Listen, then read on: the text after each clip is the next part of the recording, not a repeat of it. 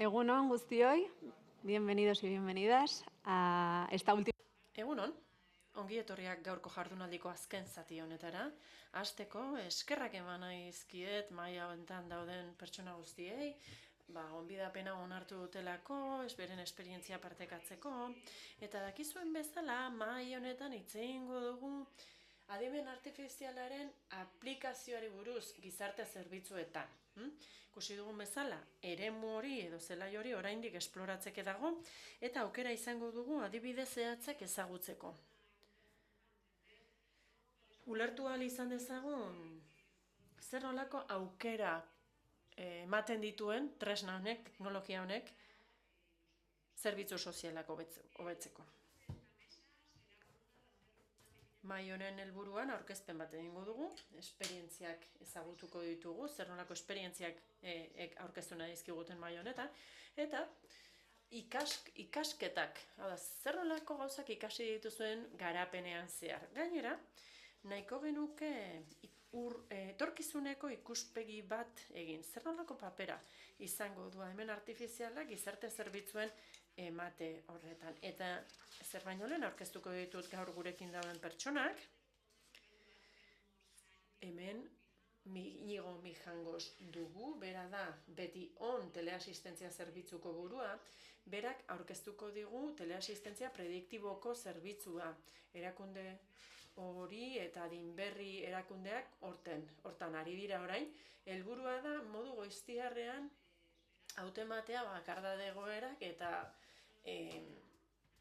osasun arazoak, eta badu gurekin Ana Vila, bera da Kataluniako Generalitateko gizarte eskuhartzeko burua, eta berarekin batera dugu Jordi Amat, Bikoitza Sozial izeneko tresna aurkeztuko digute, gizarte zerbitzuen interbentzioa hobetzeko tresna bat da, eta ezarri dute hainbat lekutan Katalunian, eta azalduko digute zer nolako esperientzia izan den. Eta amaitzeko nire ondoan dago Juan Martínez Doreste, bera da berdintasun eta aniztasun sailburu ordea Kanariaseko gobernuan, eta aipatuko digu zer nolako sistemak erabiltzen ari diren teknologia berrien bitartez. Hartara, izapideak azkartzeko, adibidez ezintasuna baloratzeko prozesuan. Lehen esan dudan bezala, eskerrik asko denoi hemen egoteagatik, eta aurkezpenak egin ondoren, mobila hartuko dut.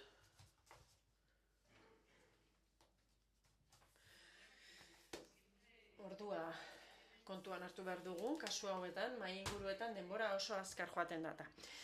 Baina badugu ordu bete hemen hitz egiteko, beraz. Galdera txanda desberdinak egingo ditugu, eta joango naiz banan-banan galderak aurkezten, eta erantzuten joango gara. Baina gehiago luzatu gabe, goazen lehen txandarekin. Kontatu ego zuen. Zertan datza zuek aurkeztu nahi zuen proiektu hori? Nola aplikatzen da proiektu horietan adimen artifiziala? Hortik hasiko gara Inigo, ondo iruditzen baldin bazaizu? Egunon?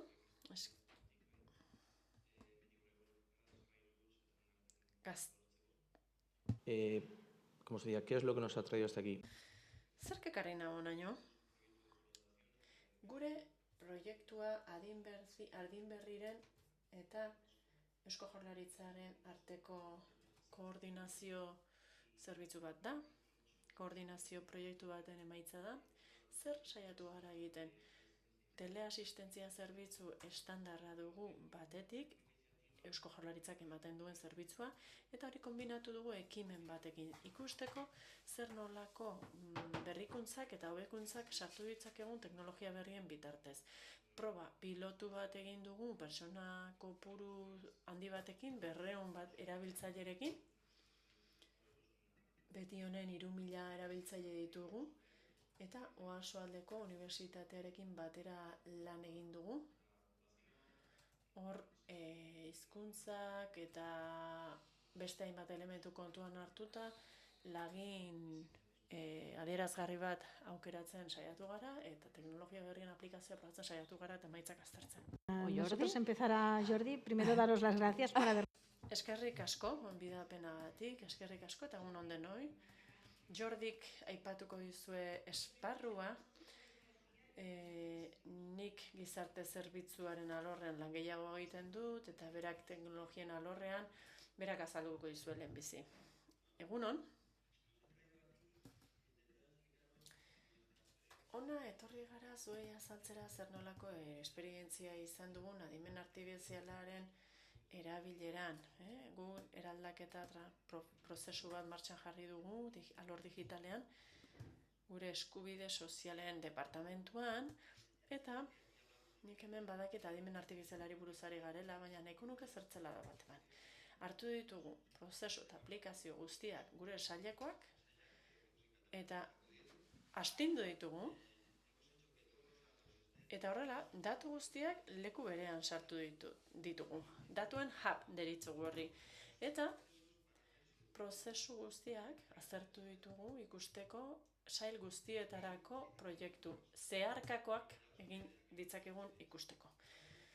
Datuak leku bakarrean ditugu denak, eta gero modu transversalean generalitat osorako bideratu ditugu. Gero, tramitazio berbera egin departamentu osoan. Eta tramitazio hori izlari batzuek esan dute gainera, asko gustatu zaizkit hitzaldiak, tramitazio hori automatizatua dago. Ez dago adimen artifizialarik, baizik eta guk automatizatu dugu tramitazio autonomorako portzentaje baten bitartez. Gailurrean dagoena 94% da. Eta honek aldatu du eguneroko lana. Eta ona zertara gatoz, adimen artifizialari buruz hitz egitera. Beraz hor, egin duguna da gizarte esku hartzeko partean hor eraldaketa bat egin dugu. Gizarte eraldaketan zerbitzu sozialetako oinarrizko sailek egiten dute Katalunian. Udal entitateak edo udalaz gaindiko entitateak izaten dira, eta hor estandarizazio lan bat egin dugu. Hartara, hiztegi bat egiteko. Hiztegi intersozial deitzen diogu eta departamentuak egin du. Eta ekosistema digitala dugu. Hartara, langileari laguntzeko, persona bat hartatzen duen langileari, tresnak izan ditza, begietara begiratu, tratamendu personalizatu bat emateko, eta egoeraren laburpen bat egiten dio tresnak, eta honek hornela errazagoa da behar egoeren diagnostiko bat egiteko. Hori da, azaltzera gatozena. Hori da gure proiektuaren funtsa. Bai, Jordik esan duen bezala, guk gure zerbitzu sozialen legean bereizten dira oinarrizkoak eta espezializatuak. Eta hor eskumenak ematen dizkie udalerriei edo 20.000 biztanletik gorako udalei edo udalez gaindiko entitateei oinarrizko gizarte zerbitzuen kudeaketarako. Eta gaur egun 109 oinarrizko eremu daude gizarte zerbitzuetarako, eta nork bere informazio zerbitzu desberdinak zituen. Eta guretzat, eraldaketa hau oso garrantzitsua da. Orantxe, hasi gara, gure zerbitzu soziala, gure proiektua edatzen guztietara, estandarizatzeko gure lan egiteko modua, eta hartara datu guztiak bildu ahal izateko, eta beste gauza batzuetan ere lan egiteko etorkizunera begira.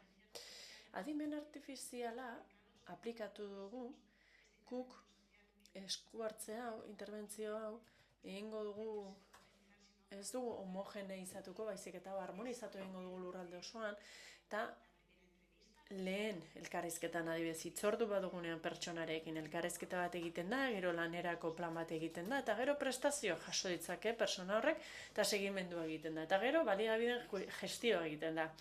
Beraz, hemen zaudetenok ezagutuko duzu dena, egunero lan egiten duzu horrekin segura asko. Jordik esaten zuen bezala oso garrantzitsua izan da, lan bat egin ahal izatea, hiztegi bat egiteko, intersozial du izena. Eta hiztegi horretan beharrak identifikatu ditugu, adibidez kontzeptu oinarrizkoak, nola lan egiten dugun, zer replikatzen dugun, eta hori kodetu egin dugu SNOMED kodearekin. Estandarizablea izan dadin, eta elkar ulertu ahal izateko beste sail batzuekin, adibidez, orain. Ari gara lanean, osasun departamentuarekin, arreta sozial eta sanitario integrala bultzatu ahal izateko. Beraz, oso gauza garrantzitsua da. Eta gero, adimen artifizialaren gauza zehatzei dagokienez, adimen artifizialak nola sartzen da fase horretan, gero azalduko dizuegu. Joan, aurrera. Egunon. Eskerrik asko, behatokiari, Eusko Jaurlaritzari ere bai, gonbidatzeagatik. Eta gaur goizean, sailburuak esan du, Googleen jartzen baldin baduzu adimen artifiziala eta zerbitzu sozialak, historiko bat erakutsiko dizue. Ekitaldiak, jardunaldiak, topaketak, azken, 3-4 urteetan. Eta hor, elementu horiek daude definizioaren oinarrian. Eta nik uste dut lehen teoriaz gehiegi aritzen ginela, teoriari buruz, eta gaur egun gaurko bezalako topaketak ditugula. Elementu praktikoak eztabaidatzen ditugu teknologia berri hauen inguruan. Eta ni ohar batzuekin etorri naiz. Ez ditut gauza batzuk ahaztu, iruditzen zait denontzako interesgarriak izan daitezkela. Eta hain zuzen ere, galderari erantzuteko, ulertu behar dugu Kanarietako problematika eta elementu batzuk helaraziko dizkizuet bata evidentia da. Gure lurraldea zatitua dago. Vivimos en Canarias, pues alcanzar. Eta Kanarietan bizi garen milaka pertsona horien artean, antzematea zer behar dauden, oso zaila da. Hain zuzen ere lurraldaren zatiketa hori beti dagoelako tartean zerbitzu buruz ari garenean. Eta ni sailburu ordea naiz, desgaitasuna gaztaroa, niztasuna sartzen dira, baina hori da gutxienekoa, Hemen nago, nire erantzukizunen artean, dagoelako,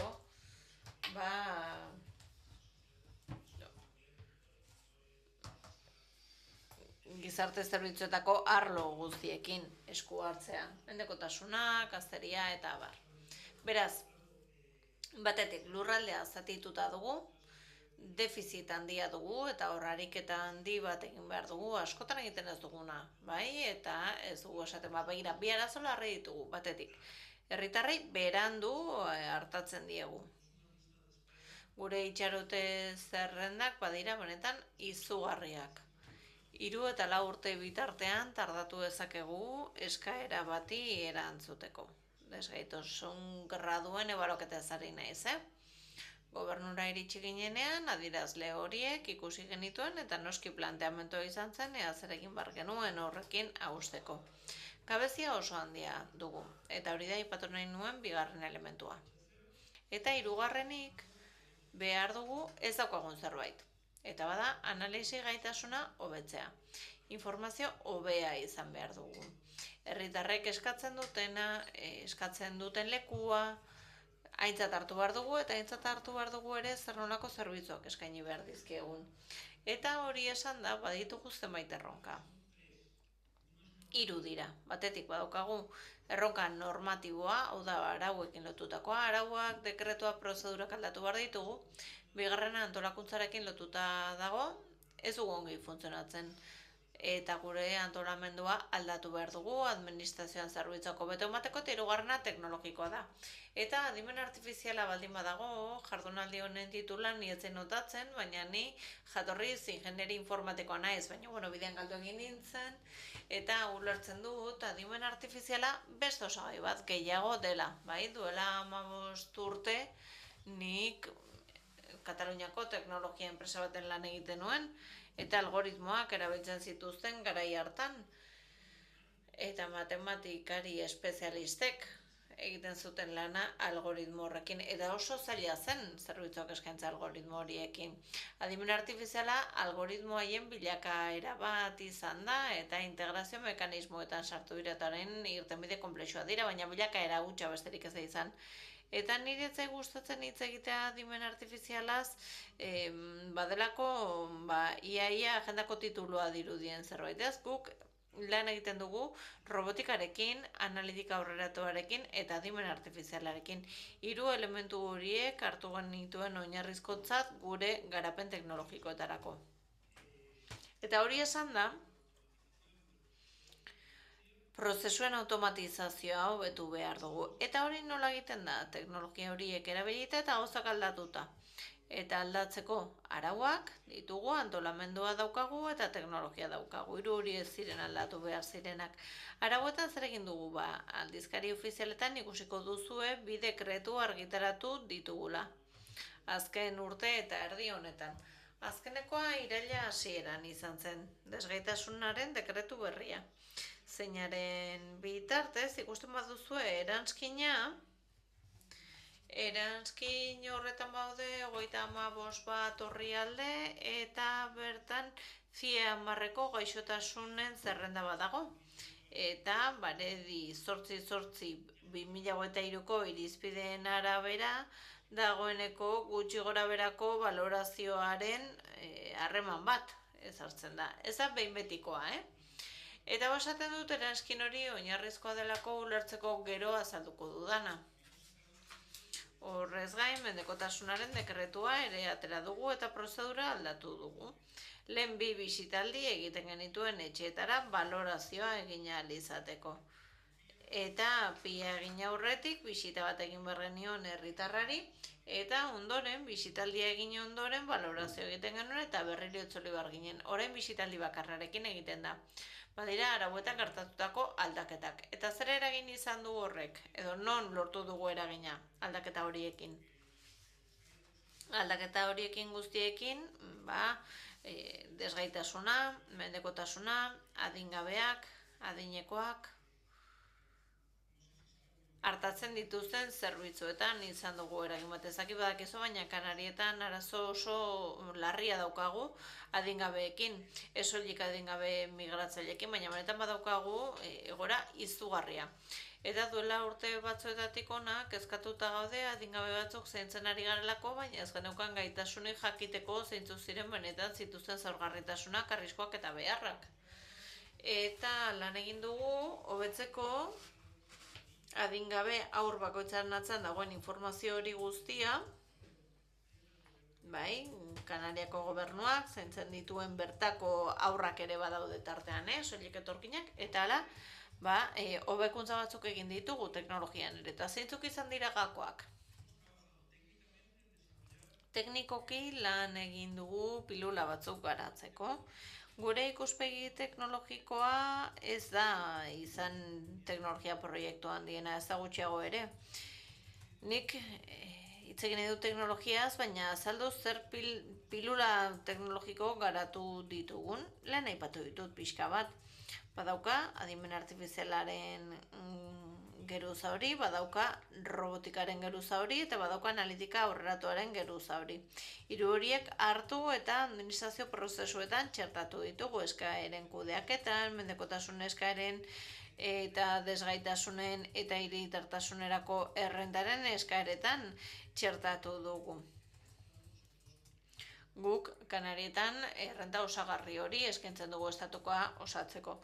Beraz, horrela lan egiten dugu teknologikoki eta baditugu zenbait esperientzia, gero azalduko ditut, adimen artifizialaren erabilerarekin lotuta. Adimen artifiziala ez dugu bakarrik bere horretan ulertzen. Robotikak laguntzen ez badu zergatik, helburua delako gaur egun eskuz egiten diren prozesu horiek azkarrago egin ahal izatea.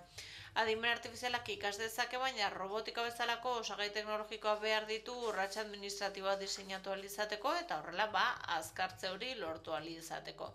Noski sonda batzuk izango ditugu kudeaketaren prozesu horretako hainbat puntutan jakiteko ea benetan lortzen ari garen azkartzea eta horrek ezagutza base bat emango digu eta horri esker hobetu ahal izango dugu gure gaitasuna.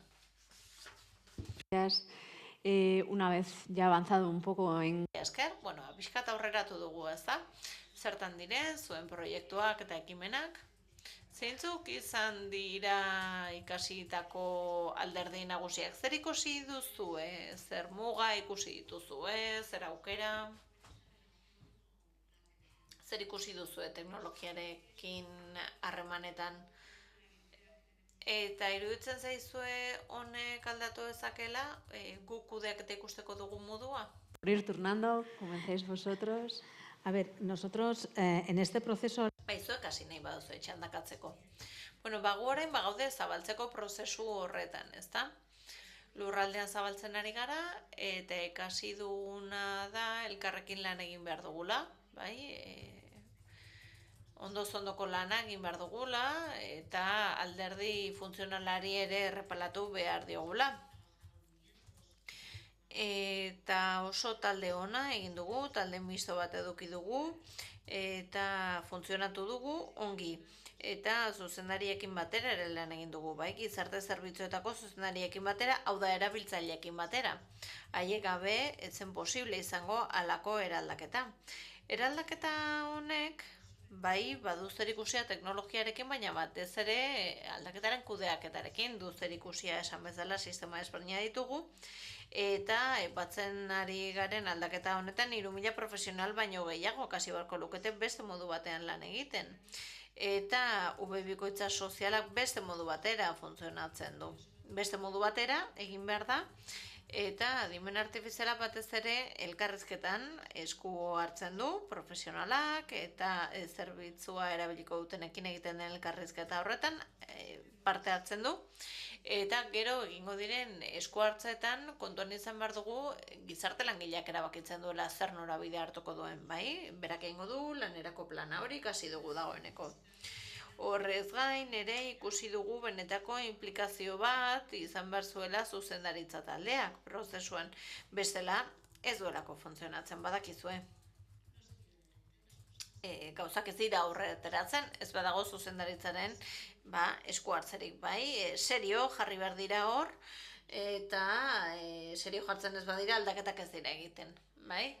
Eta teknologiari dagokienez berak azalduko dizu, oraindik ikasten ari gara eta askoz gehiago ikasi beharko dugu, bai, hasi berriak garelako, eta hau ez da orain gertatuko den zerbait, hau bada etengabeko ikaskuntza eta aldaketa prozesu bat. Bueno, jarrituko eta azaltzen zer egin dugun tresna honekin, eta gu saiatu ginenean teknologia berriak aplikatzen berrikuntza zirkuito bat genuen, bai? Eta zirkuito horren arabera, lehenik eta behin ok bat egiten da, kontzeptu proba bat, gero pilotu bat eta gero edatu egiten da. Gure iritziz adimen artifizialak 3 oinarrizko kontzeptu bete behar ditu. Errepikatu dira dagoeneko erabilgarria izan behar da, baliagarria izan behar da, segurua izan behar da, fidagarria izan behar da eta jasangarria izan behar da, behintzat kostuen ikuspegitik. Eta guk hartzen dugunean, ideia jasan, sustatzaileekin, oinarrizko alderdiekin, erronkari heltzen diogunean,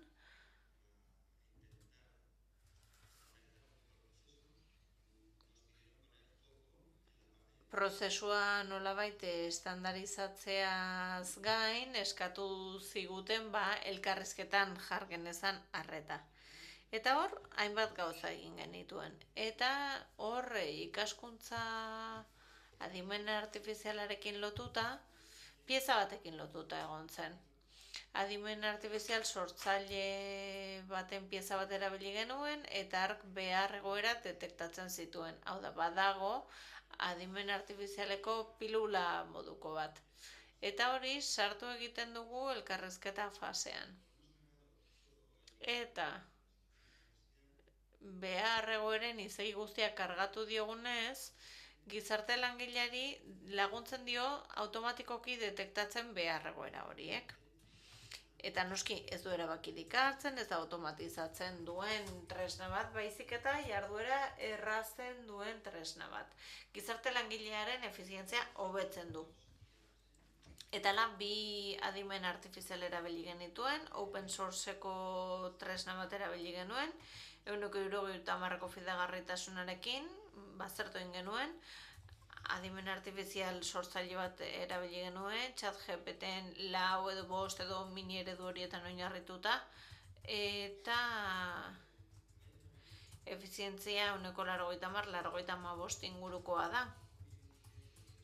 Eta kontuan izan da urtean 1.500.000 elkarrizketa inguru izaten ditugula, egunea 6.000, kontuan har dezagun izan daitezkela, iruditu zaigu behar genituela bideragarriak ziren ereduak.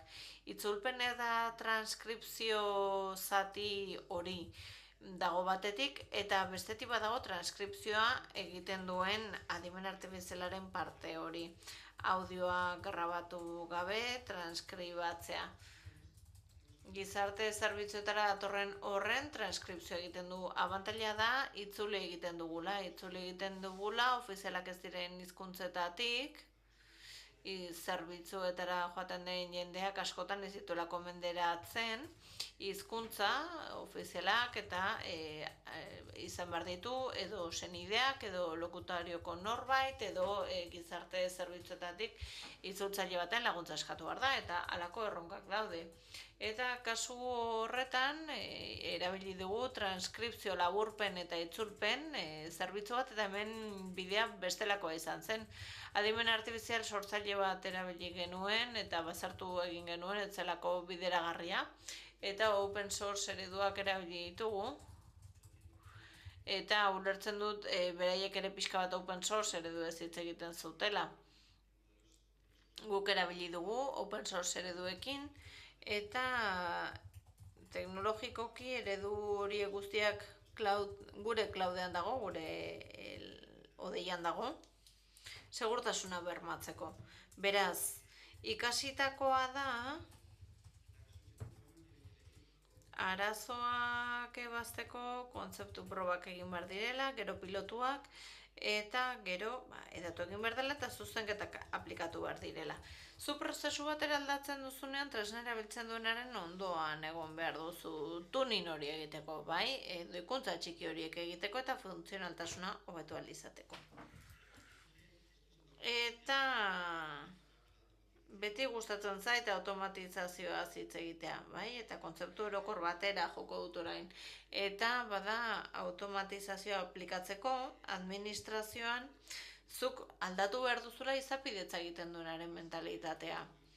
Eta izapidetzen duen pertsona batetik gainbegiraketa lan bat egiten duen pertsona batera igaro behar zala, eta kudeaketa eredua abstraitu egin behar izan du horrela automatizazio horri laguntzeko, baina noski laguntzeko dagoeneko aipatu diren arazo horien aurrean automatizazio badakar abantaila bat, eta bada beti berdina errepikatzen duela, baina bermatu behar duzu errepikatzen duenean ongi egiten duela. Eta horregatik gainbegiratzeko eredu bat ezarri behar da. Guk ezarri dugu eredua, eta askotan esku hartzen duten pertsonekin hitz egiten dut, esku hartzak egiten dituztenekin, eta helburua da arauak esku hartzea, ez esku hartzearen emaitzak. Eta informazio sistemekin lan egiten dugunok, proba ereduak, erregresio ereduak eta lako hitz potoloak dituzten ereduak antolatzen ditugu, bermatzeko egiten ditugun garapenek kalitate hona izan dezaten eta erabilera kasu batzuei erantzun diezaieten. Erronka, nire ustez bada lortzea automatizazio hori egiten denean, esku hartza automatizatzen denean, baliozkotu egingo dela. Eta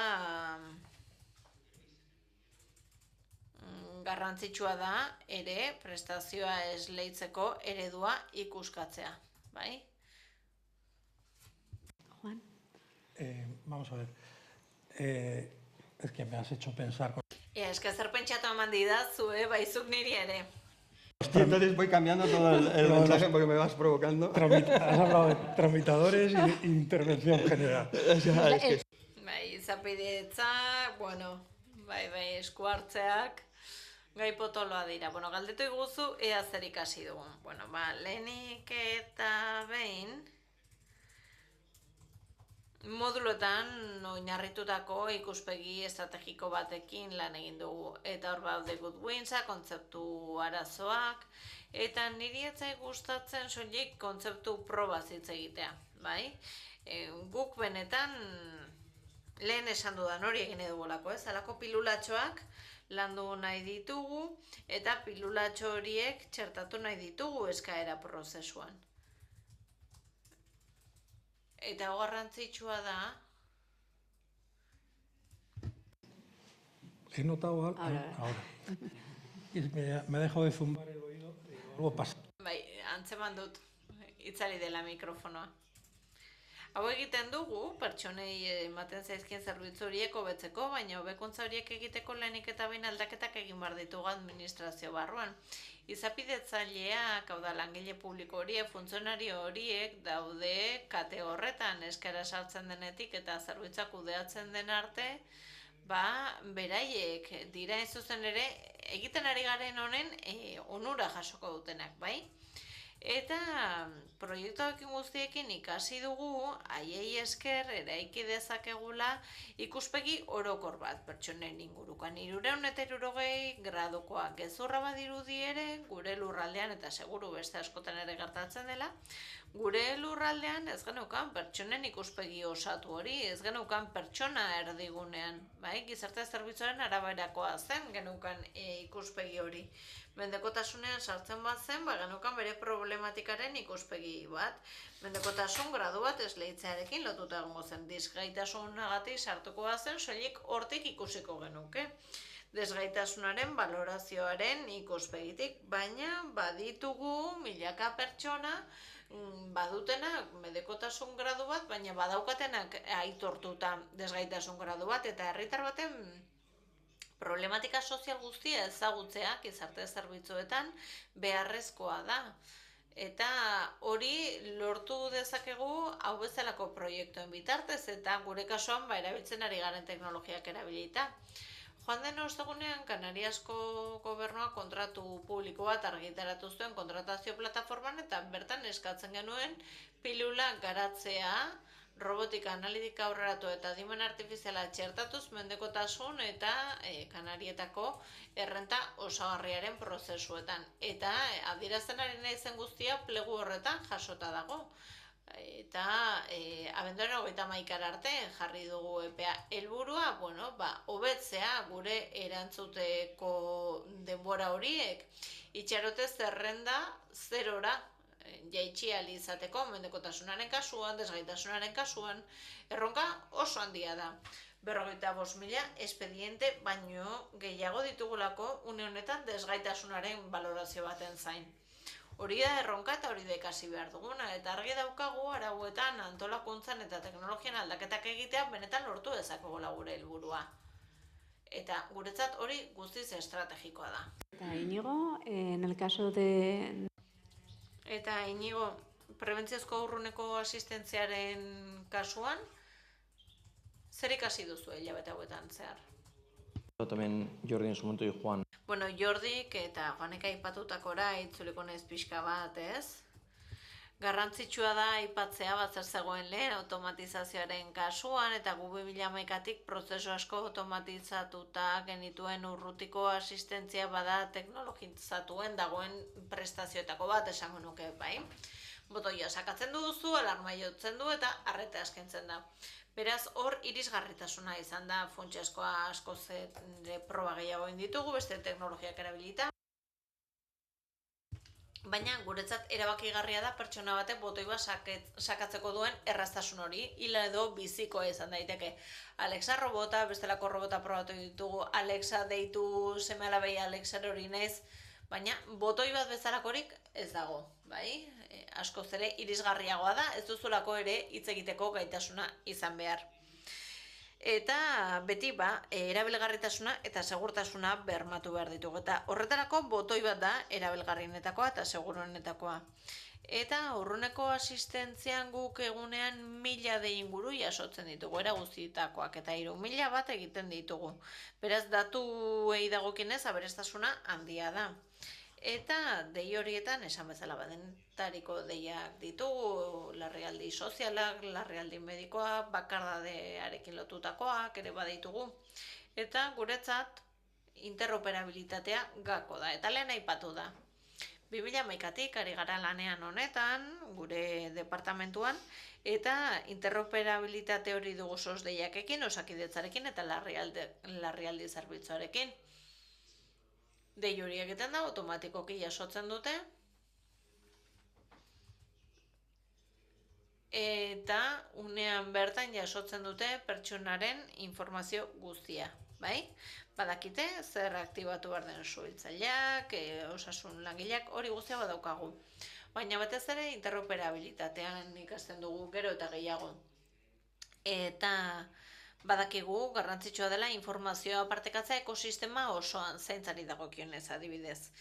Eta osasunean, eta barretan badago oraindik zer partekatua, zer hobetua. Hori ere ikasi dugu. Teknologia dagokienez, era askotako teknologiak erabili ditugu. Adibidez, Alexa horrekin lan egin dugu, beste teknologia batzuekin ere egin ditugu probak, 3 parametro eta 3 arlo erabilita. Batetik kognitiboa, bestetik bakardadea eta azkenik segurtasuna. Eta kognitiboari dagokionez, testatu dugu hizkuntza interpretatzeko modelo bat. Eta pertsona horien deiak interpretatzeko jakiteko ea nolabaiteko handeaketa kognitiboa ote zegoen, ikusteko ea zer alde zegoen dei batetik bestera.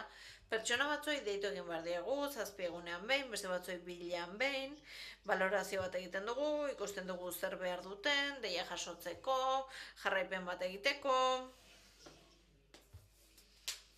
Eta hor ez gara hitz egiten ari automatizazio batez, bai? Hor ari gara benetan adimen artifiziala erabiltzeaz. Eta garapen argi bada, bai? Eta probatzen ari gara eta horre asko ikasi dugu. Ikasi dugu adibidez, ez dela gauza bera, pertsona euskalduna izatea, edo gaztelania hitz egitea, oi hartzunen erdi eta erdi izaten zen gutxi gora bera. Pasaian edo Errentarian eunekoak aldatu egiten ziren. Beraz, eredu horrek, aurre ikuspenak egin ahal izateko eta erabakitzeko ea aldaketa bat dagoen edo ez, eredua gaztelaniaz edo euskeraz garatu behar da, hori garrantzitsua da, euskeraz motelago gabiltza. Zer gertatzen da, sistemaren arabera egokitu egin behar dela pertsona erabiltzailea entzun egiten du eredu horrek, eta erregistratzen du ere nola hitz egiten duen gure operadoreak, hori garrantzitsua da larrialdietan. Eta ereduak ulertu behar du nork hitz egiten duen, bereizi behar du nork hitz egiten duen. Hori aldaketa kognitiboari dagokionez. Bakardari dagokionez, baitugu ere sentsore horiek etxeetan lehen ere bagenituen, bai, sensore asko zoden ezarrita oso ohikoa da. Sensore batzuk positiboan aritzen dira eta beste batzuk negatiboan. Adibidez, su detektagailu batek positiboan jokatzen du, bai? Detektatzen du eta seinalea bidaltzen du.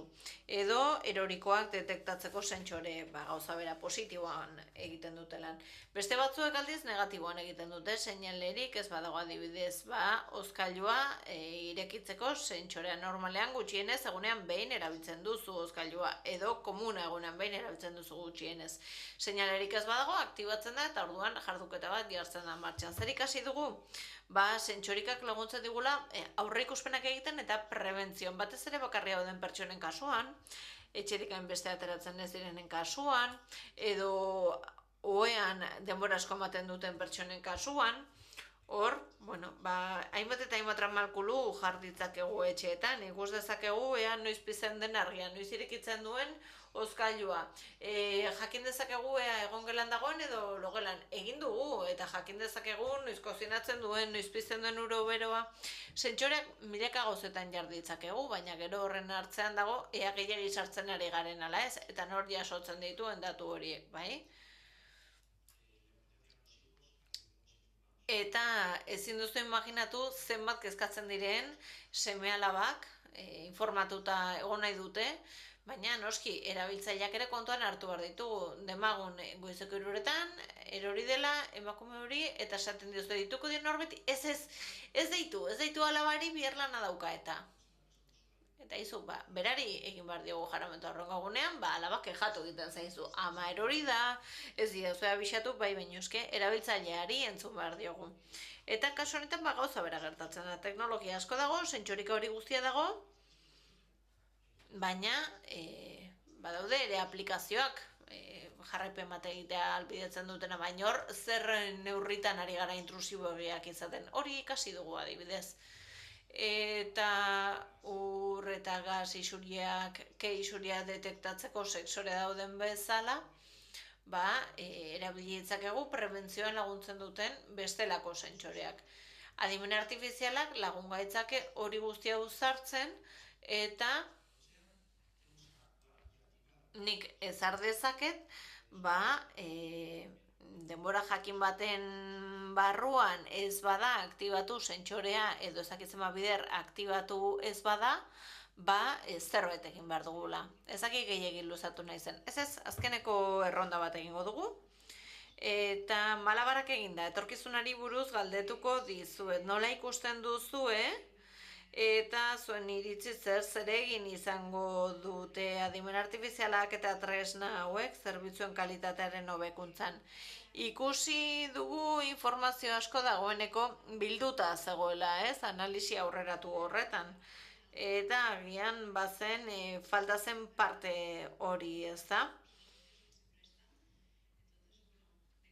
Eta etorkizunera begira, nola ikusten duzue? Me han dado otro. Para nosotros...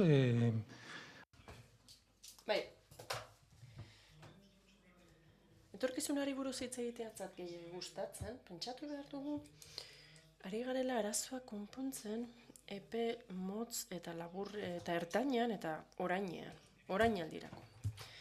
Eta egin duzun galdera horri dagokionez. Ea adimen artifizialak implantazio izango duen, garapena, zerbitzu sozialetan, nik uste dut dagoeneko baduela. Guretzat dagoeneko funtsezko elementua da. Ez naiz xehetasun teknikoetan sartu, baina eman dizkizuek pilula batzuk, eta txip batzuk jarri ditugu, eta registro elektroniko erakurtze dute 24 orduz, eta gure gobernuaren registro elektronikoan sartzen da hori. Lehen, registro lan hori pertsonek egin behar zuten.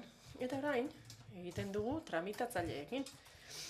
Eta lehen gainera irakurri behar zituzten registro elektronikoak, eta gaur egun sistemak interpretatzen du zein eskari sartzen den, zein dokumentazio falta zaion eskaria betetzeko, irakurtzen du txosten medikoa eskaerarekin batera doana ezintasun maila baloratzeko txostenarekin dagoena, eta susmatzen du balorazio maila jakin bat. Horrek ez du esan nahi irizpen bat ateratzen duenik ez gaitasun horretaz.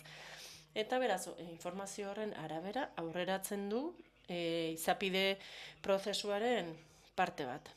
Oda, automaten du 6 urtetik beherako norbait dela, 80 gorako norbait dela, gaixotasun bat duela sailkatuta dagoena alerta dun gaixotasun gisa, ezin dugu 4 urte tardatu ezintasuna emateko pertsona bati adibidez ela baldin badu, besteak beste, hortako gauzak. Hori, teknologiaren bitartez, adimen artifizialaren bitartez sartu dugu eta hori, orainaldiko zerbait da, ez da, etorkizuneko zerbait. Hemendik aurrera, ikusi behar dugu, gaur bezalako topaguneetan, hitz egiten jarraitu behar dugu, baina dagoeneko zerbitzu sozialetan txertatua dago. Baina, kontua da administrazioaren barruan gauzako betzea. Hartara, zerbitzu onak eskainali izateko, prebentzioan eta predikzioan. Izan ere, zerbitzu sozialak ezingo gara prediktiboak izan egoera jakin batzuen aurrean, adibidez, hiritar batek arazo bat izaten baldin badu, larri bihurtu aurretik guk zerbait izan dezagun, eta hiritar horrek zerbait tramitatu baino lehen, hau da, administrazioak ez du hiritarren hizkuntza bera hitz egiten batzuetan, eta gogorarazten dizuet duela 5 urte, denon ahotan zegoen hitza zen historia sozial bakarra. Denok imaginatzen genuen sistema bat osasunkintzakoa bezalakoa, Hau da, gure historia medikuntzakoa, autonomia erkidegoetan gordetzen dena, eta bar, enpleguarekin egiten den gauza bera, gure enplegu espedienteak, autonomia erkidegoz aldatzen dugu, eta beste zerbitzuetara bidali behar da, adibidez. Bueno, gure kasuan aspektu batzuetan baditugu joan den mendeko ereduak, berandu gabiltza. Hor, enpresak sartzen dira, erakunde ugari, hirugarren sektorea, azeleratu egin behar dugu. Historia sozial bakarraren kontzeptua eraman dugu 360 graduko hiritarraren ikuspegi berri honetara. Ahaleginak egiten ditugu, izan ere, etxebizitza, hezkuntza, enplegua,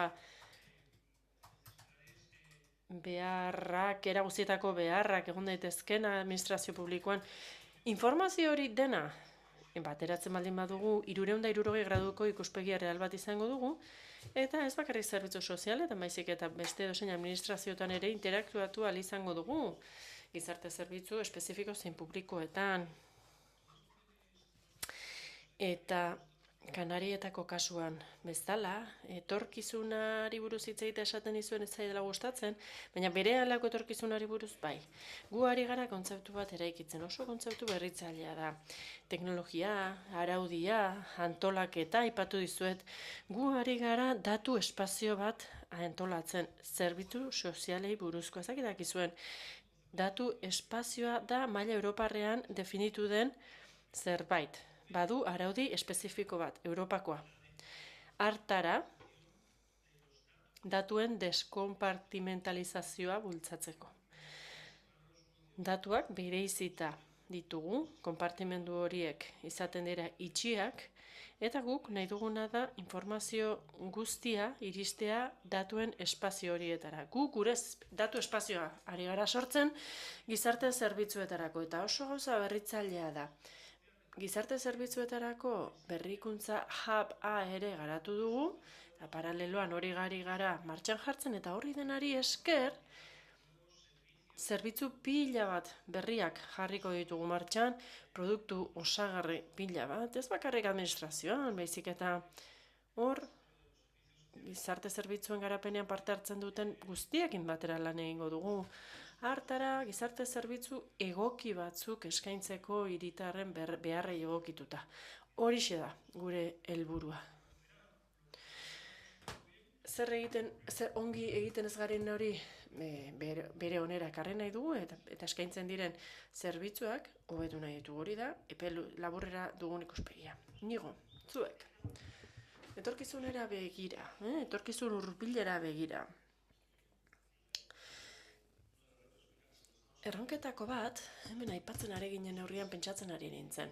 Gure erronketako bat da, gizarte zerbitzuei buruz ari gara, ez gara torlojuak egiteaz. Adibidez, ingenieri informatikoa, sistema ingenieria, eta nire bere ingenieria naiz, Zu ez da, bai, lautik iru. 175, hemen gaudenak ingenieria gara, gizarte zerbitzuei buruz ari gara. Hau ez da, torlojoi buruz. Hemen ez dugu makina bat, eta ez gara aleazioei buruz jakiteko, produktua nolako izango den. Nik zerbait ikasi baldin badut, da, kasu bakoitza mundu bat dela. Ez dezagun ahaztu. Automatizatzea ondo dago, baina lehen esan dugun hori kontuan hartuta. Ikuspegi humanistiko bat berreskuratuta. Gero, zer nolako erronkak, zer nolako aukerak ikusten ditugu? Digitalizateko aukera. Gure parkea, 3 herrialdeetan zabaldua, badugu terminal digitalak 160 dira. Izugarrizko aukera pila sortzen digu horrek lehen, terminalak analogikoak ziren, eta gainera kobrezko parea zegoen etxe guztietan, eta baserri batean balzin bat zeuden bindian, kabletxo bat zen telefonikakoa, eta gaur egun terminalak digitalak dira. Horri esker, datuak igortzen dira modu eguneratu batean, eta horrela tratua personalizatuagoa izan daiteke. Kasu bat aipatzearren adibidez, larrialdi egoera bat, hondamendi bat, uholde bat, eta lehen teleoperadorek telefono hartu eta deitu egiten zuten, pertsona ugari, milaka pertsona ditugu erabiltzaileak, eta etxeetara deitu behar izaten zieten, adibidez, Pasaia, ies bat zegoenean, banamanan deitu behar zen, eta bar. Gaur egun, terminal digitalei esker, oso gauzara zara. Botoi basakatu, alokuzioa sartzen da, eta hori etxeetan entzuten da, mesedez, etxe horretako pertsonak, adibidez, konfinatu zaiteze. Beraz, gauza asko errazten dizkigu. Eta lehen erronka hori da, digitalizatzea. Hilean 2% digitalizatuko dugu, hemendik gutxira 80% egongo gara, eta honi esker, zerbitzua osatuagoa izango da persona guztiontzat. Beste erronka bat ere badugu. Oiartzualdean ikasi duguna, 3 herrialdeetan eramatea. Guk laguntza plenorako zuzendari gisa nik neuk egin dut lan bat, ensegu bat, 4 udalerritan. Oso ongi egon da, asko ikasi dugu, ikusteko zer egin daiteken, zer ez, zer implementatu behar den, zer handitu behar den. Erronka da orain 3 herrialdeetara hedatzea. Batetik, erronka digitalizazioa, bestetik jardun bide egokiak zabaltzea beste herrialdeetara. Oso ongi. Eta amaitzeko zuek, Ana, Jordi, bai, gure ikuspegitik garrantzitsua da, adimen artifiziala sailburuak esan du, ez da helburu bat, baliabide bat baizik, adimen artifizialarekin batera robotizazioa, automatizazioa, datuak eta adimen artifiziala beharko ditugu beti. Eta, datuetan, gu, zorionez, esperientzia izan dugu, datu bisore bat partekatu dugu sistema sozial osoarekin. Oinarrizko eremuak, dependentzia baloratzen dutenak, PIA delakoa baloratzen dutenak, horiek badute datu bisore bat. Datu guztiak, 360 gradukoak ikusten dituzte. Guk ditugun datu guztiak, departamentuan. Eta osasungintzako datu guztiak, hau da, alor sozialeko eta osasungintzako alorreko datu guztiak ikusi ditzakete. Aldaketa, izugarri izan da hori, datu horiek partekatu alizatea.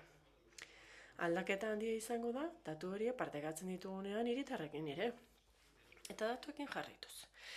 Interoperabilitatea, sistema automatizatua dugu. 30 interoperabilitate ditu. Gutxi dira. Askoz gehiago eduki beharko genituzke. Eta oraindik ere,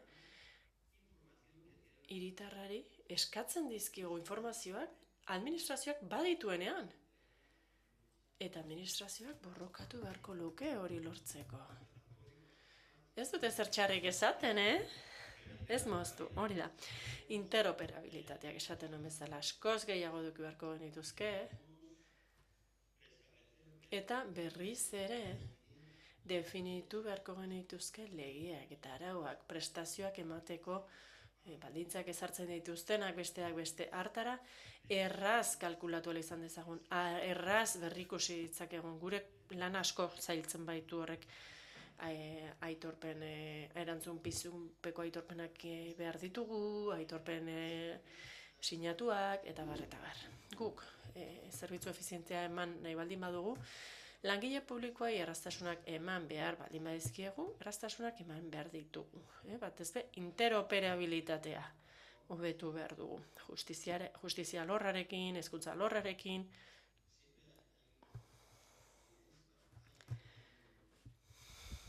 Badago pentsalari bat. Eta esaten du, gustatuko litzaigukela gizarte zerbitzuetan gaitasuna izatea.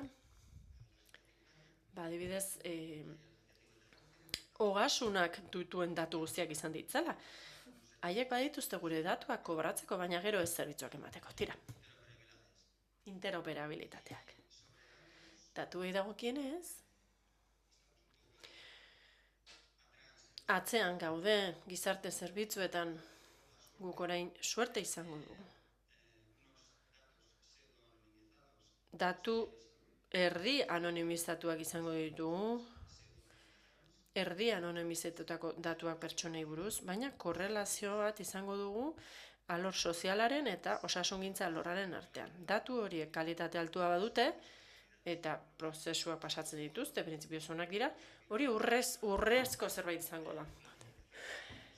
Gizarte zerbitzuen plangintza egin ahal izateko, edo gutxienez plangintza hori egiten lagundu ahal izango dutelako, eta ez naiz gehiago luzatuko, baina adimen artifiziala hor beste, Xabier Marzetek esaten du beste pentsalari bat, hark esaten du adimen artifiziala egongo da administrazioan eta leku guztietan. 2021an, ChatGPT-rekin, bumba. Eta gero, ideia hau 54 dator. Zenbat eta adimen artifizial gehiago, orduan eta behar gehiago pentsatzeko. Pentsatzeko zertan erabili eta nola. Ikuspegi operatibotik, gu ari gara hau erabiltzen, azaldu dizuegu hau gizarte interbentzioko partean nola egiten dugun, lehen kideak ere esaten zuena, hasieran. Konstantinak esaten zigun, speech to text horretarako, behar egoerak detektatzeko adibidez, aplikazio hori oso ondo datorkigu. Prebizio datuei esker, ikusiko dugu ea plan individualizatu bat proposatu diezaiokegun gizarte langileari, hartara ari laguntzeko, hori da bigarren interakzioa. Eta prozesu estandarren ikuspegitik ez bakarrik gizarte interbentzioan, gu ari gara dagoeneko aplikatzen. Zoritxarrez, hiritarrak papel bat ekarri behar digunean, adibidez dibortzio epai bat, adimen artifizialak lagundu beharko luke prozesatu behar duen pertsonari hitzgakoak detektatu eta pseudo-balorazio bat edukitzea dokumentu horrena. Bestalde, gu hasi gara erabiltzen beste zerbait dinamika aldatzeko. Eta da Copilot. Copilot instalatu dugu pilotu batean, 600 bat pertsona dira Generalitat osoan. Eta gizarte zerbitzuetan 100 bat dira. Eta niretzat Copilot da produktibotasun tresnak bezala. Da langileari berari laguntzen diote. Langileak eskuz egin behar duen lan horretan egunerokotasunean. Ari gara probatzen, agenteen ideia, horiek dira pilula batzuk, hemen kideak esaten zuen bezala.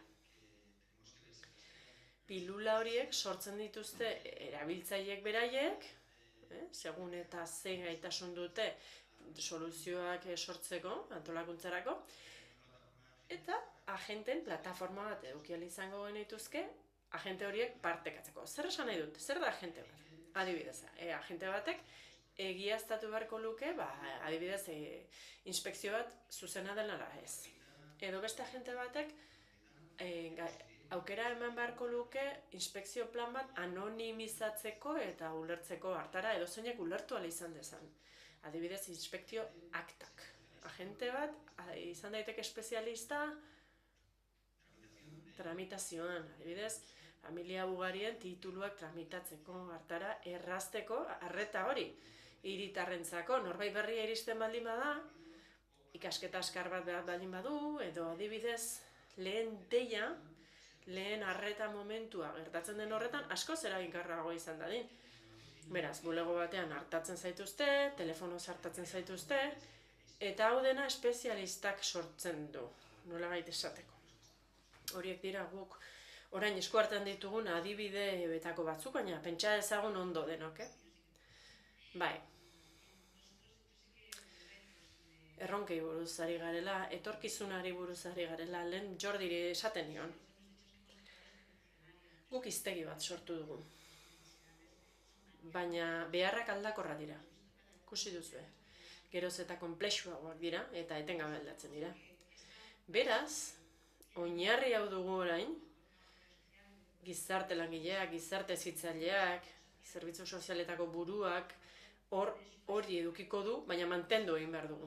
Eta gure erronka da, honek existitzen jarraitu dezan lortzea. Eta bestetik, adimen artifiziala entrenatu egiten dugu, baina ezagutza hau, eguneratzen ez baldin bada, funtzionatzen ez badu, gauzak aldatzen ez baldin baditugu, adimen artifizialak ez du egiazko etorkizun bat izango benetan gertatzen hori kontuan hartuta, ez da? Ez da benetan egokituko benetako beharretara. Artatu behar ditugun pertsona horien gana, eta erronka hori denok dugu. Eta teknologiak azkar egiten du aurrera, Guretzat kontua da laguntzea eraginkorragoak izaten, baina pertsona hobeto ezagutzen ere bai, aurrean dugun pertsona hori. Hartara, gure arreta plana ondo egokitzeko. Lehen bisorea aipatu du Jordik, partekatzen dugu osasungintzarekin eta gizarte alorrarekin, eta osasungintzak ikusten ditu gure datuak, beraz, lehen mailako arreta zentroetan badute informazio bat lehen ez zutena. Eta orain informazio hobe bat eskaini dezakete, eta espero dut hau bisore batera eramango dugula. Bisorea konsultiboa da, ezin duzu aldatu. Baina gauza asko trukatzen ditugu, lan alorrarekin, adibidez lan munduratze programetarako, hor gauza asko partekatzen ditugu, eta beraz, lotura hori garrantzitsua da guretzat. Hau aipatu du orain kideak ere, Kanarietan gauza ugari ari dira egiten, desberdinak, baina funtsean antzeko norabidean goaz denok lanean. Eta gero,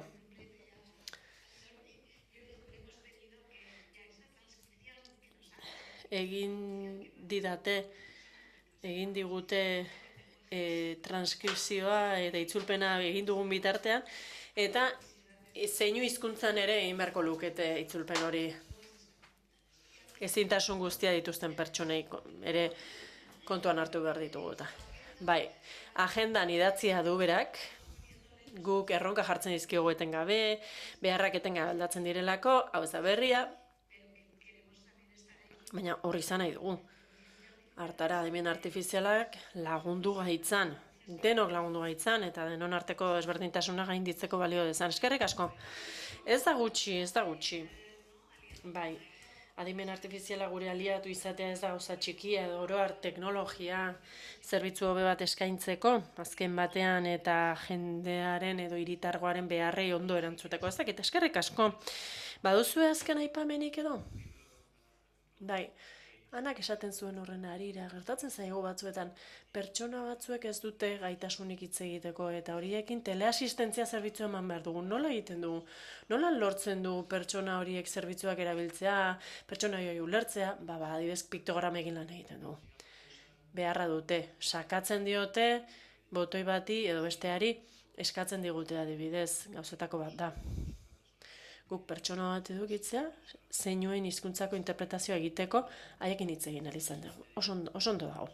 Baina adibidez, pertsona bat erori bada, nola joan begirale batekin ara zeinu hizkuntzan hitz egin ahal izan dezana? Zer behar dira? Kamerak, hau da, ezin da oso soluzio inbasiboa izan, baina bai soluzioa eman behar zaie pertsona hauein. Beraz, gauza batzuk oraindik garatzeke daude, baina gauza batzuk hobetu behar ditugu eta pixkanaka bagoaz gauza konpontzen. Bai, ikusi behar da zer nolako beharrak dauden, esaten zenutenan harira, pilula horietan, gauza zehatzetara joan behar dugu. Beharrak oso era askotakoak dira, ikusi behar dugu kasu bakoitzean zer aplikatu, nola erabili adimen artifiziala zerbitzuak hobetzeko. Edo beharrei aurrea hartzeko batzuetan. Bai, soluzioak izan beharko dute jasangarriak eta ezin dute izan inbasiboak. Erabilgarriak izan behar dute eta erabilderrazak. Ederki, galderen txanda irekiko dugu. Nik ezakit norbaitek galderaren bat egin nahiko luken, bai? Hemen badaude, pare bat. A ver... Txema,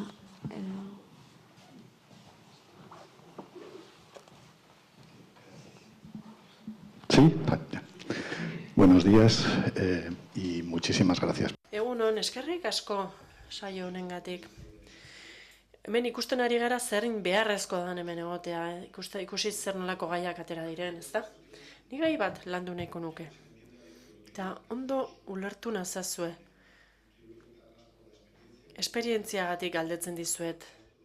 Hau da, zuek orain planteatuko dituan bi gaien inguruan duzuen esperientzia. Kontrasankorrak iruditzen zaizkit. Hau da, hor hasieran teoria bat aipatu da, hau da, zer nolako gauzak egin daitezken, eta gero, beste parte bat dago orain aipatu dugu, tresna horiek nola aplikatzen diren. Lehenengoan, eskala, bai? Eskala da kontu garrantzitsua. Tresna garatu nahi ditugu, gaur egun munduan, adimen artifiziala korporazio handiek bultzatzen dute, milioika dolar edo euro daude jokoan, eta autonomia erkidegoetan gaude, udalerrietan. Ez dakit zein puntura arte, posible izango litzateken sistema konpartitzea. Autonomia erkidego desberdinen artean, hartara, erronka horri aurre egin diezaiogun kontuan hartuta hori tamaina. Ni administrazio txiki batetik nator, autonomia erkidego batetik, eta hau gure kasuan ez da posible izango.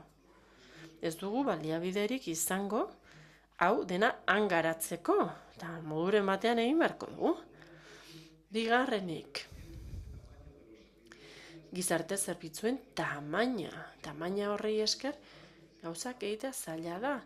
Hor garrantzitsua da, zein garrantzitsua ematen zaion etikari, kontrol etikoari eta parte hartzeari garapen teknologikoetan eta bereziki adimen artifizialean. Eta zein gutxi ikusten den parte hartze hori implementazio zehatzetan. Eta ez da kritika bat. Gogoeta bat sortu nahi dut. Zer nolako muga errealak daude? Mugak ekonomikoak dira edo beste nolako mugak ikusten dituzue? Has planteado dos cosas. Tira, lehen kontuari dagokionez. Erabat ados nago horrekin. Denok egiten dugun dena leku guztietan, esperientzia interesgarriak izan beharko lirakete ezagutzeko, gaurkoa bezalako topaguneetan trukatzeko, baina kontua orain ez da hemen honetan sakontzea eta gauza teknikoetan sartzea, baina bai, iruditzen zait esperientzia hauek denak partekatu behar ditugula. Eta hala beste batzuentzat onura izan daitezela. Guk autonomia erkidego gisa hori egiten dugu. Nik hartu dut parte esperientzia trukeetan, adibidez Euskadirekin, eta hor, esperientziak trukatu ditugu. Zer egin den, zer egin duten, horri esker guk kostuak eta denborak murriztu ditugu. Eta beti izan behar dugu atea zabalik, are gehiago teknologia eta berrikuntzari buruz ari garenean, hori da nire iritzia. Iruditzen zait funtsezko zerbait dela, gehiago ireki behar dugu, eta nola egiten dugun erregistro baten irakurketa modu automatiko baten eguneko 24 orduetan, ni hor eserita banago, ni jakin nahiko nuke, nola egiten duen lan kapsula horrek 24 orduz, erregistroak irakurri eta eskaera despatxatzen ditu modu virtual baten etengabe, iruditzen zait izugarrizko aurrerapena. Lehen eskuz egin behar zen. Eta administrazioan banengo, hau esango nioke, Kanariasekoari, nola egingo dugu hau guk edukitzeko? Gu joan gara beste autonomia erkidego batzuetara eta ezagutu dugu ezintasundun pertsonen aplikazioa. 186.000 espediente ditugu Kanarietan, eta guk garatu ez dugun aplikazio bat dute erabilgarri, beste autonomia erkidego batek garatu du. Guk egokitzeko 4.000 euro gastatu ditugu. Baina bai, hortik hor lerro horretan, norabide horretan lan egin beharra dugu. Sí, yo quería haceros a Cataluña. Kataluniako kideei galdera bat. Zuek han aspalditik ari zareten lanean zaurgarritasun indize sintetikoarekin. Galdera hau da. Orain zerbitzu sozialei begira ari gara erlaitz honetatik. Prediktibilitatearen aurreikusgarritasunaren horretik zerbait planteatu duzue? Bai, guk Rovira i Virgili Unibertsitatearekin landu dugu, ez dakit ezagutzen duzuen, Tarragonan dago. Eta informazio hau lantzen aritu gara. Baina badugu, erreminta bat, zer egiten du? Senkat du izena. Eta da tresna bat analizatzen duena pertsonaren zaurgarritasun egoera.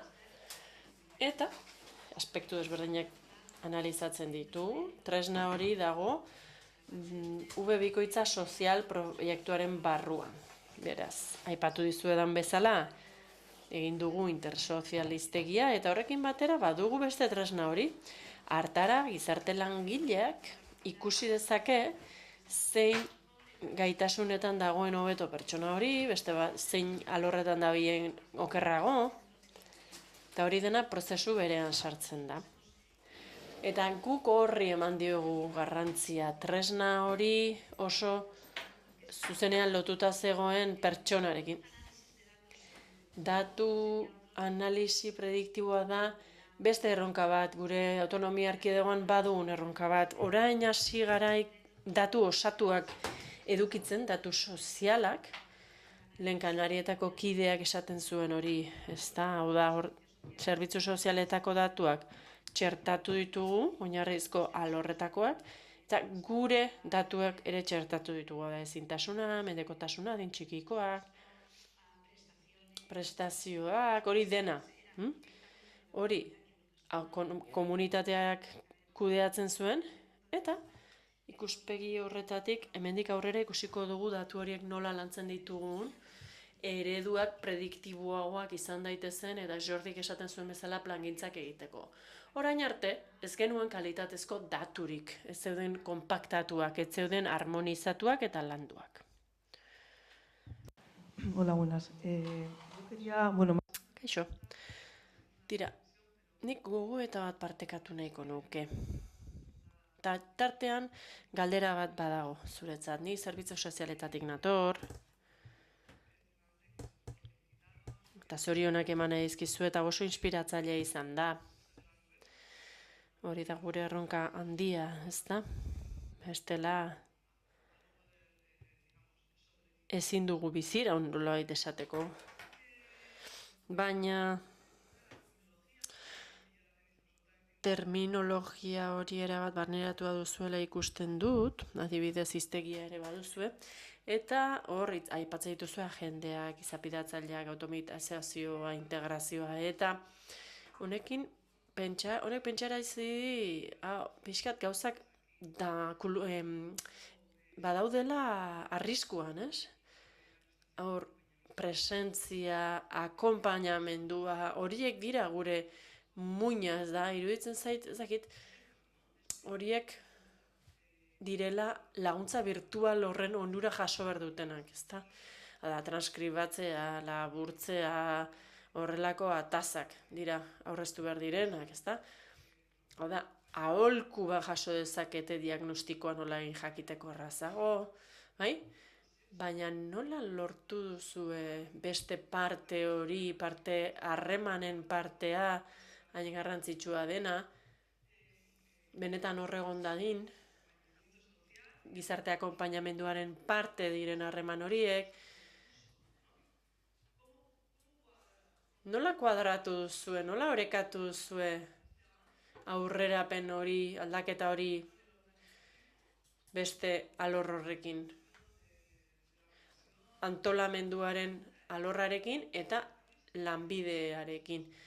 Sanitarioak ere prest egongo ziren horrelako prozesuetan egoteko?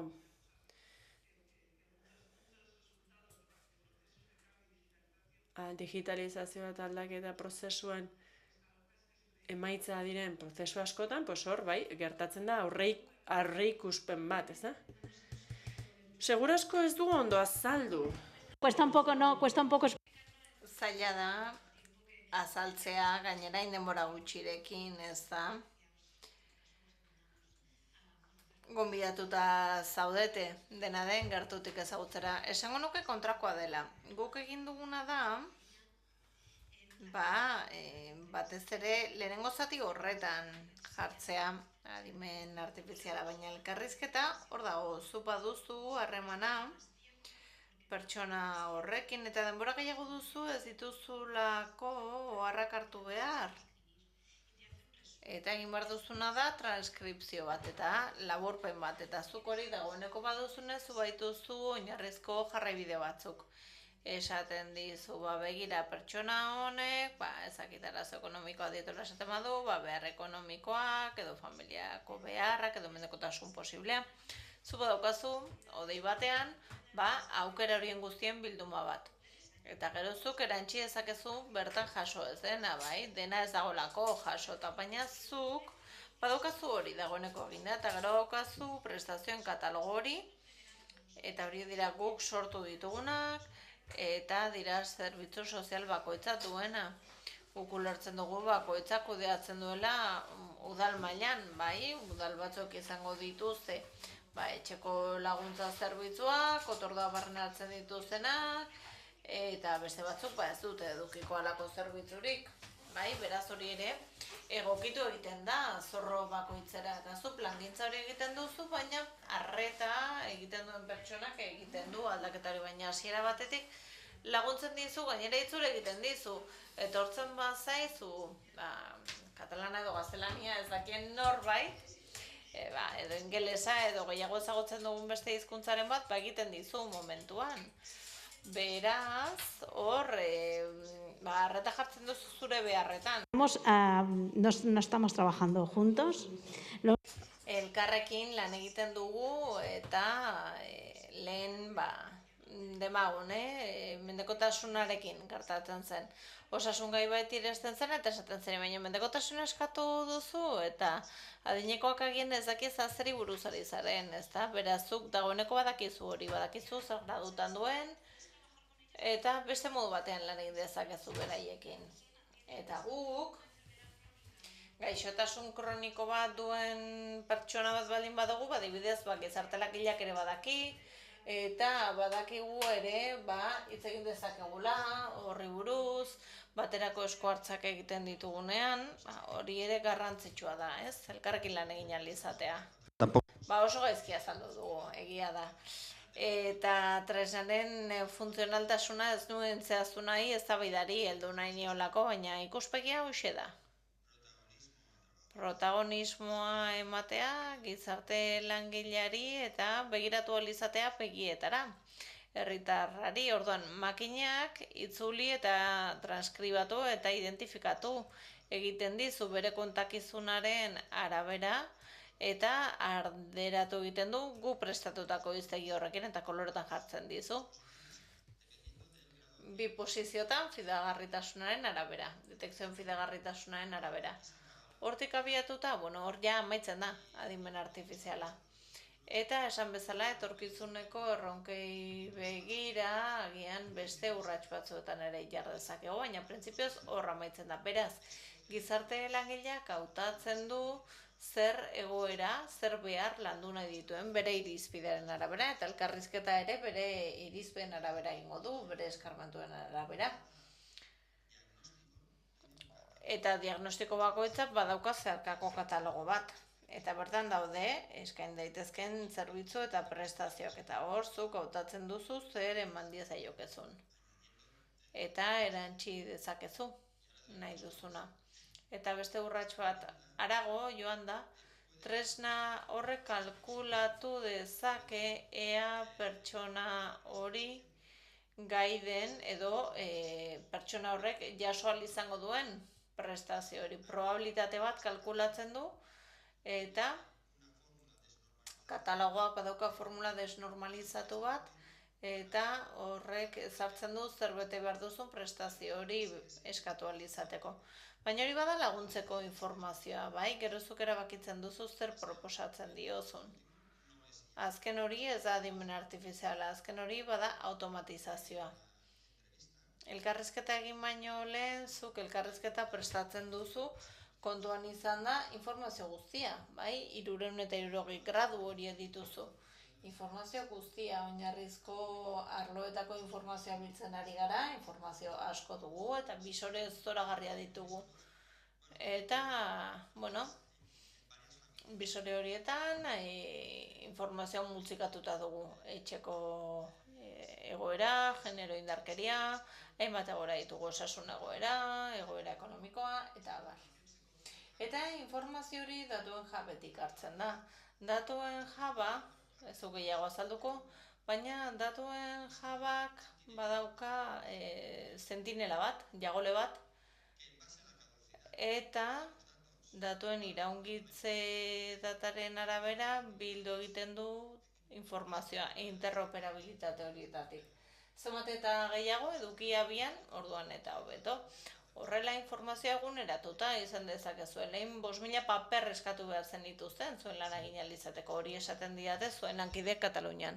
Beraz, informazio hori edukitzea baliagarria izan da, nahiz eta ez egon guztiz eguneratuta. Beraz, laburbilduta, protagonismoak gizarte langilea du, baina tresnak ematen dizkizuego. Da aldaketaren kudeaketa badakit. Badakit oso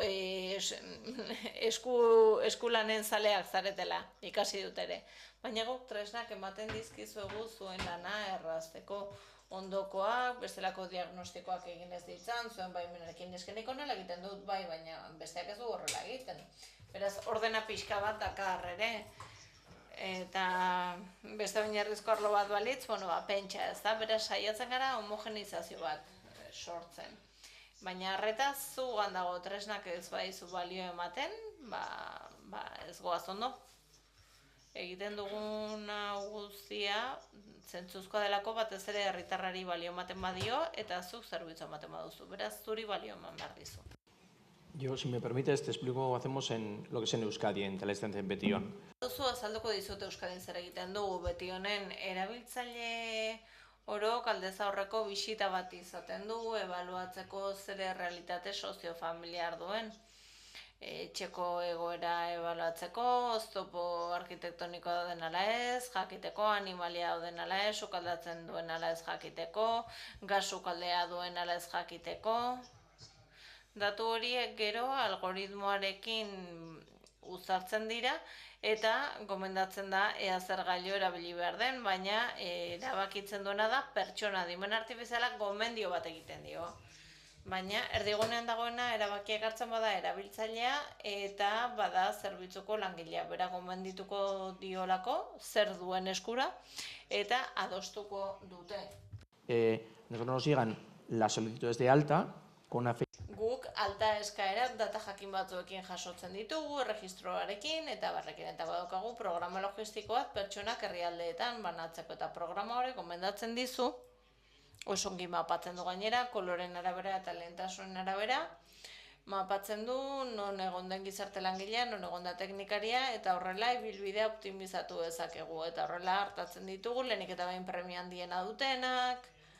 Eta teknologia zentzu horretan lagundu egiten gaitu, baina langileak gara erabilera egiten dutenak eta aplikatzen dutenak hori ahalik eta ondoen. Pues ondo, pues bueno, viendo la hora.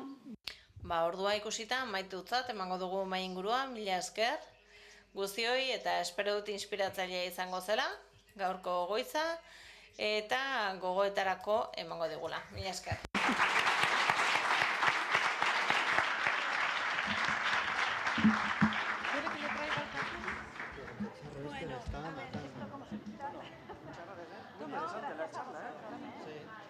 Creo que hay muchas cosas en común, ¿eh? Ahora que hay que trabajar.